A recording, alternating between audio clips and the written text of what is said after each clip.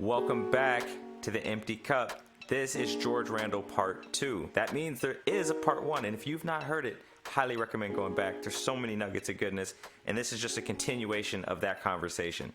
Let's get into it. How do you assess authenticity? I don't think that there's a true assessment for authenticity, but, being in the talent acquisition function, I think most people generally have a good compass for when something isn't right. It's 2, 3, 5 degrees off due north.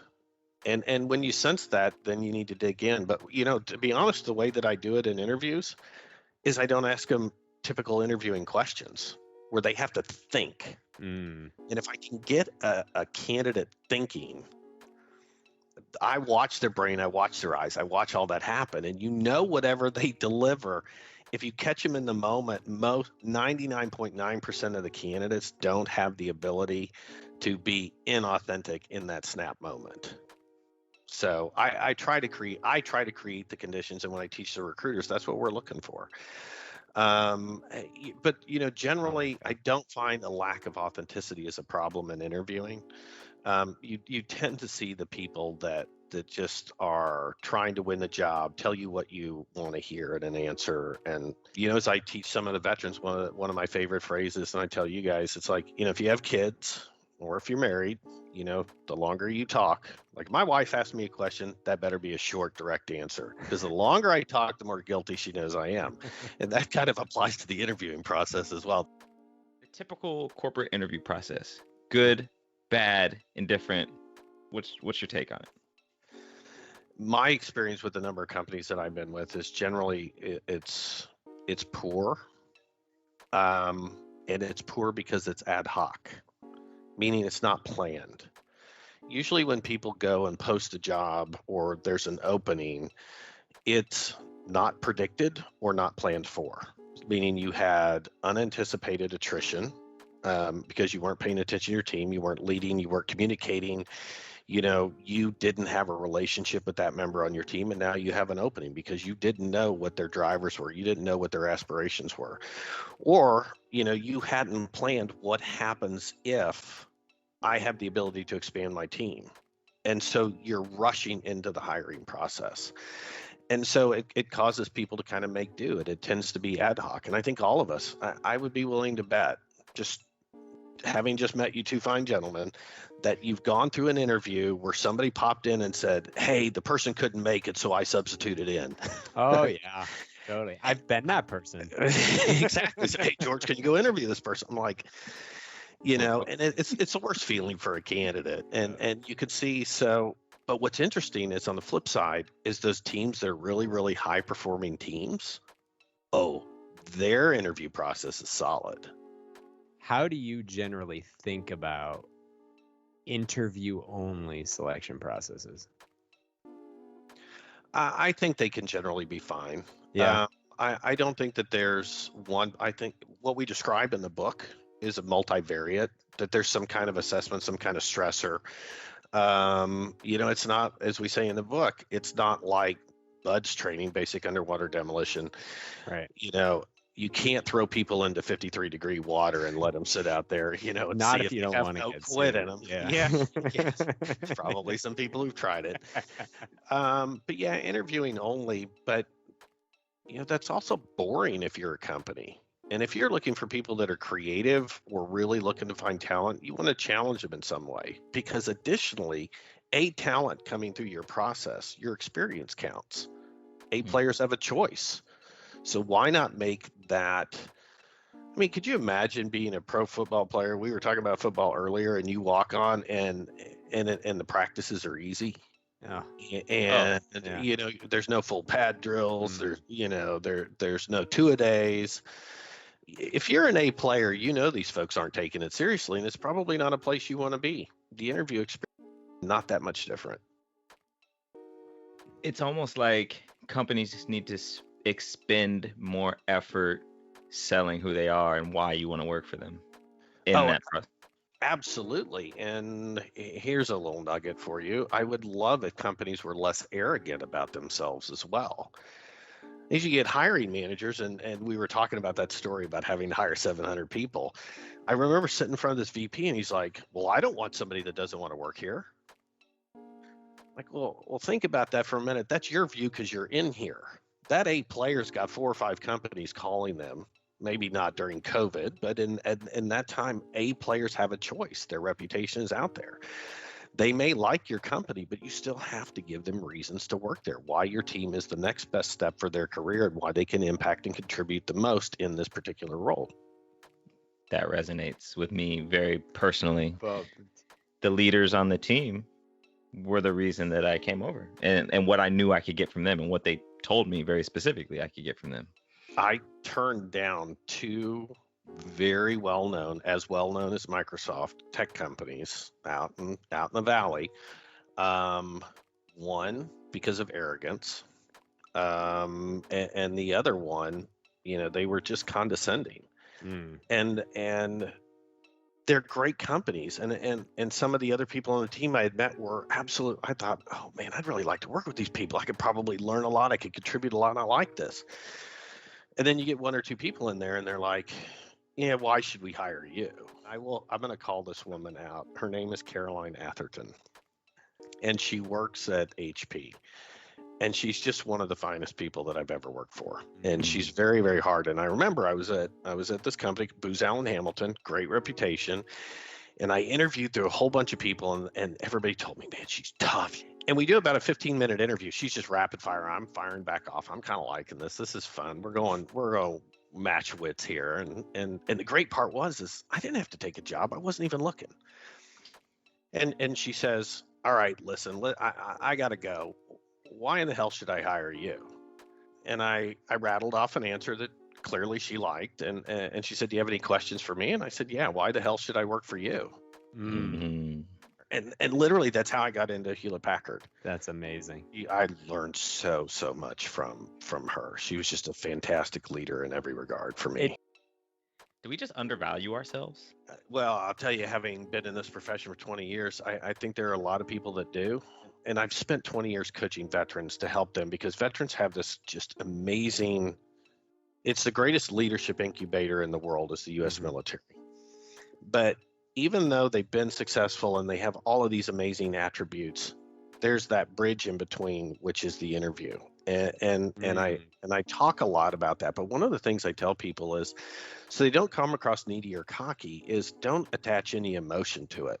Just be you. It's the hardest thing for people to do in an interview is just be you. And if they end up selecting somebody else, just trust that there was a good reason for that. And maybe you dodged a bullet, if you think about it, but just be you. So a lot of people that come into an interview, yes, they do undervalue themselves.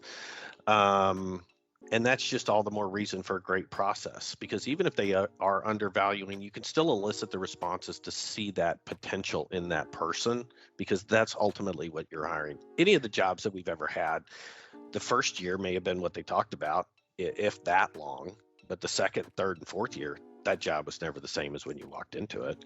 It speaks volumes to, it's that whole, well, I know within 5 minutes if I'm going to like a candidate. And it's like, no, you don't.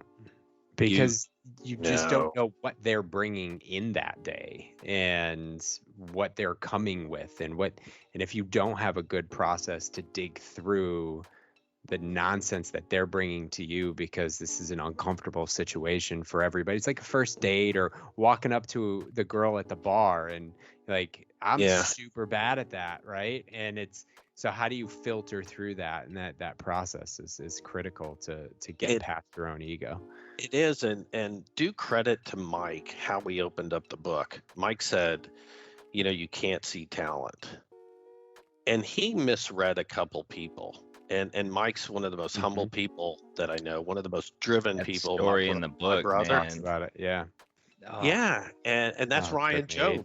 And then, Yeah. he looked at this other guy, and he said, small Korean kid, he's probably not going to make it, unassuming. And by age 33, he was a decorated Navy SEAL, got his undergrad, Harvard, MD, and then now he's an astronaut, and he's 33. Yeah. In case you didn't know, we have another podcast, and it's called More in Common. We interview the likes of Kristen Bell, Catherine Hahn, Dr. Donald Grant, Dolly Chug, and many, many more. People that we met at the airport, neighbors, friends. It is an amazing social experiment, if you will, to explore the fact that we have more in common than that which divides us, and to demonstrate compassion in action through conversation. Join us, if you dare. Is it HR's fault that they're not enabling business more? No. We don't ever want to put the blame. Every problem that you have is ultimately a leadership problem. And so if HR is not being strategic or not allowed to be strategic, yeah, part of that sits with HR. Maybe they don't know how, maybe they're not telling the story, but alternatively, maybe people aren't listening at the C-suite. And the C-suite is looking at them as an overhead function and not, it's like saying, yeah, special teams. I'm not paying attention to special teams, Which we know a lot of NFL head coaches who don't. And what happens to those teams? Totally. Yeah. That's 33% of the game that you're missing. Yeah. It is. It's an ecosystem. And that's why I said treating your human capital with the same rigor, discipline, and focus as you do your financial capital means as leaders, you're enabling. If I'm a CEO or COO, I'm looking to HR and going, you better be strategic. And what's the harm in that? It's all upside. So to your question, Rodney, why as a C-suite leader wouldn't you expect your HR to be strategic? And HR should be asking, why am I not delivering the strategic value? Everybody's got to be figuring out how to be the best at their position to enable the rest of the ecosystem to work well. And, when companies, hey, your compliance, your legal, your payroll, your benefits, okay, well, they do that really, really well. Well, guess what? Your competition is out there going, the gateway to beating my competition is my talent. And this is where it starts. And I'm going to put my discipline and focus there. That doesn't mean take your eyes off sales and product and service. It doesn't mean any of that. It means make sure that you've got the right focus as a leader on all of those areas. It makes a difference. So Awesome. I'm a 49ers fan, so that hurt. I'm sorry to hear. Hey, so is Mike Sorelli. He still owes me a steak dinner. Yeah. And the reason it hurts Like the is not Colts. because the Chiefs aren't good. The Chiefs are an amazing football team. And it hurts because it is a cautionary tale of you have to finish. You have to finish because the Niners gifted a Super Bowl. That throw to Tyreek Hill, like how he was open in any form or fashion by 5 yards, just it'll do it. I remember seeing the mic'd up portion, and Andy Reid is looking at Patrick Mahomes, and he says, just keep firing. Just keep firing. So additionally, don't ever give up. Don't ever give up. If your HR organization, your TA organization, or your sales isn't where it is, talent can turn that around. Stay at it. Have you ever read The Infinite Game? I think so.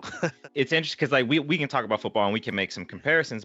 However, business has no touchdown. It has no quarters. It has no end of the year. Like there is no end of the game. There is no winning or losing business. So like understanding the game that we're playing and realizing like this is a long game. So yeah, keep firing, keep going, keep adjusting, don't stop.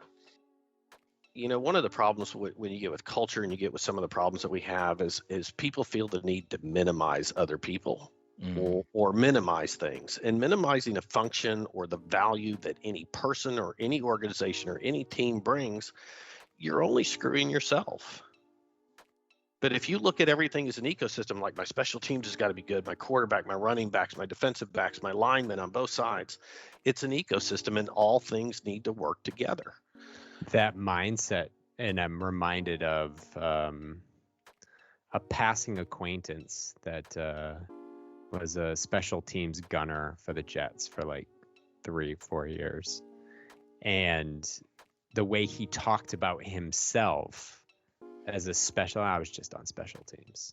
I'm just a special teams guy. And like, I look at, I'm a Patriots fan, so I will always reference them. They have 2 prominent Pro Bowl gunners. That's all they do is play special teams.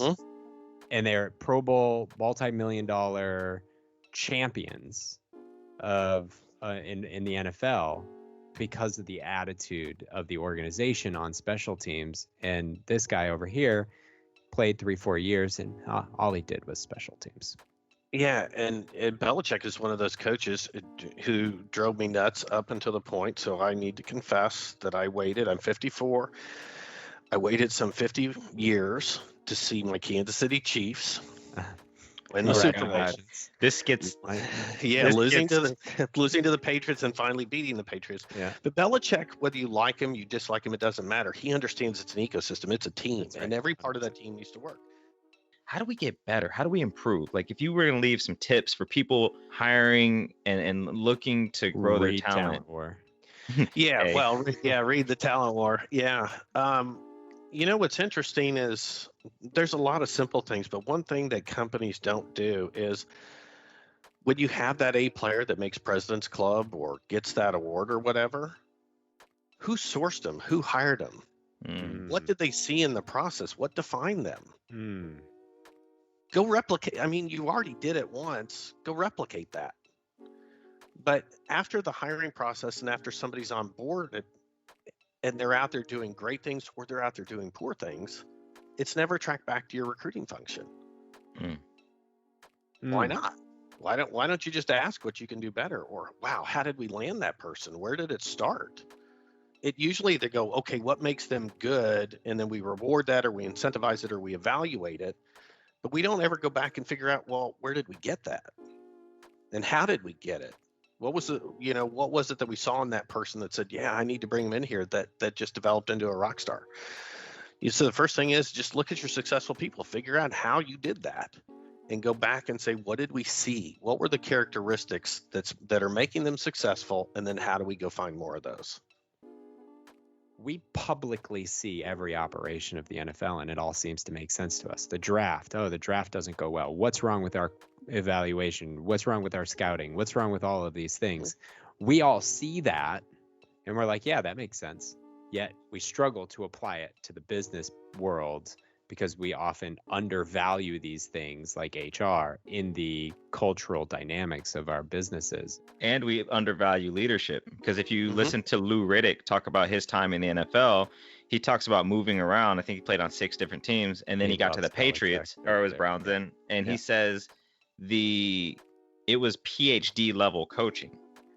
Everything else was Pop Warner, and this is the NFL. Like you were saying, George, like a player, like people know what the work looks like. They know what a good system looks like. He got there and was challenged. He was like, oh, I what is that? I've never even heard of an A21 twist. What?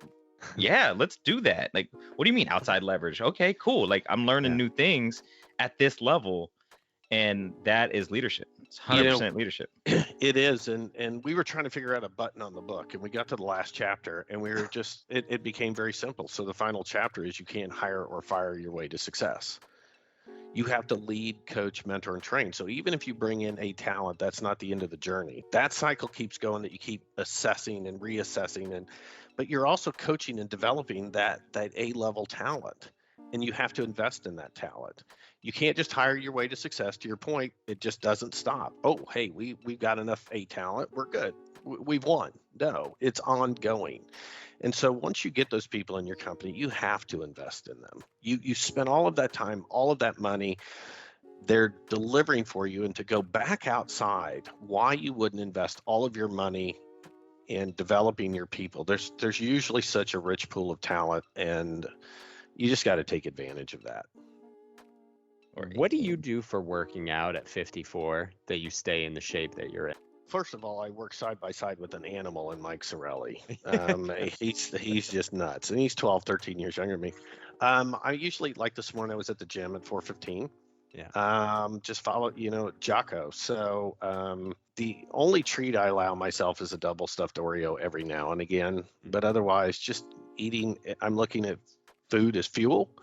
And then I'm in the gym 4 times a week, and I can't wait until COVID passes because I'm still I still play in over 40 Premier men's soccer. And then I played over 50 men's soccer So it keeps me lean, keeps me fit, and it's a great decompression valve too to Yeah. have a sport. At my age, I still have the gift of speed. So even in the 40s and 50s, I'm still probably in the divisions that we play in. I'm still the fastest guy in the league for my age bracket. So everybody's like joking. They're like, he's like a dog chasing a car bumper. Just throw the ball down there and he'll go figure it out. That's me. Um, Yep. So I've been blessed. My knees have held up, but I've had shoulders, toes, nose, everything redone. But Yeah. but my knees have been solid, so I can keep playing. And That's critical. I can't wait till COVID passes because where you can get to a place, all the stuff that we all do for a living, it's nice when that could just melt away. Yes. And I almost call I that my agree. church when I can get out on the field, because then the world's gone, my phone's gone, everything. It's just me and the guys and getting after it. And that's a wrap. We've made it to the end. Remember to see it for what it is and not for what you want it to be. We'll be back at you soon. But first, I want to have you go out to talentwargroup.com. You're going to be able to check out the book and all the things that George has going on. Again, that's talentwargroup.com. We'll be back at you soon.